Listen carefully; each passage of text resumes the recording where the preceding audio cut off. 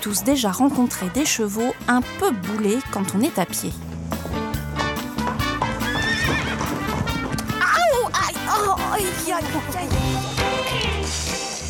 Heureusement, ça, c'était avant. Je vous présente Hurry Up, un joli petit cheval de 5 ans qui est un doux mélange entre une maman ponette et un papa selle français. Voilà.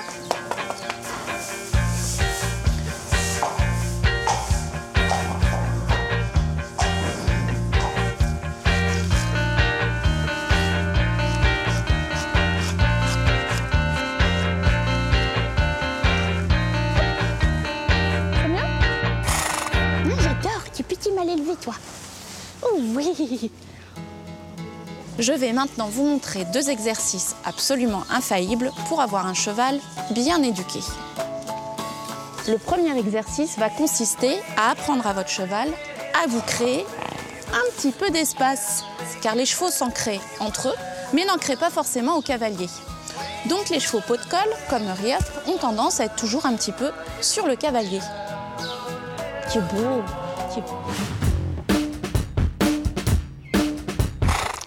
Pour créer un petit peu d'espace autour de vous, avoir plus de place, rien de très compliqué. Vous attrapez la corde juste en dessous du mousqueton. Vous poussez franchement le cheval en arrière et vous lâchez la corde quand le cheval s'est éloigné. N'oubliez pas, pour lui montrer que c'était la bonne solution, de vous décontracter et de faire un petit sourire. Le cheval va lire votre langage corporel et comprendre que vous êtes content de lui. T'es content toi aussi? Alors, le problème avec les chevaux pot de colle, c'est qu'ils ont tendance à revenir. Eh bien, dans ce cas-là, j'ai une excellente solution, c'est soyez têtu. Recommencez, repoussez-le, soyez plus têtu que lui, vous allez voir, ça va marcher. Je crois qu'il faut qu'on refasse.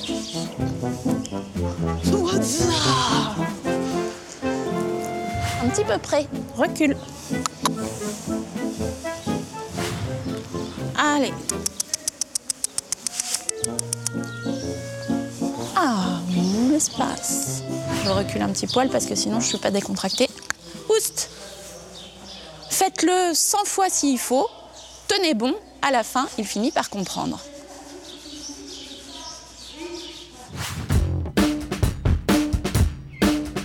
Si vous n'avez pas toute l'attention de votre cheval, comme Hurry Up qui ne me regarde pas vraiment, premier moyen très simple, c'est de faire un petit peu de bruit.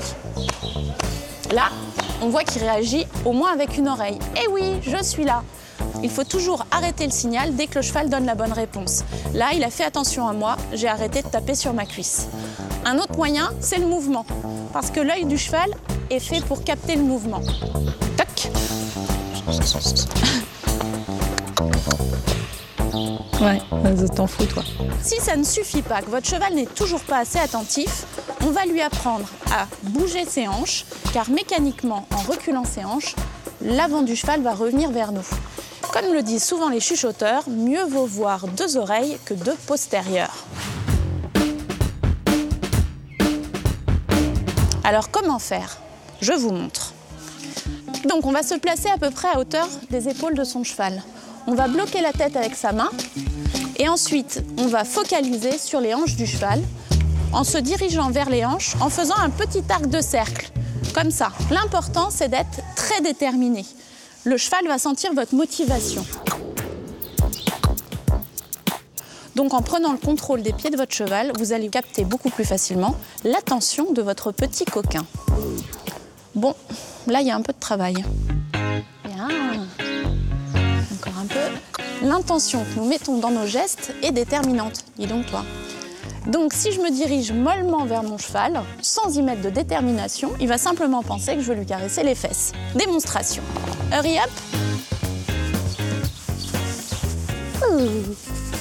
L'intérêt de faire pivoter les hanches de son cheval, c'est qu'au pays des chevaux, c'est celui qui bouge ses pieds qui, quelque part, est le plus dominé. Le dominant ne bouge quasiment pas. Donc en prenant le contrôle des pieds de votre cheval, vous allez vous placer en leader naturel. Et comme c'est moi qui ai décidé d'être le leader dans notre couple, eh ben moi, je ne vais pas bouger mes pieds. C'est compris, Hurry Up ? Chouchou.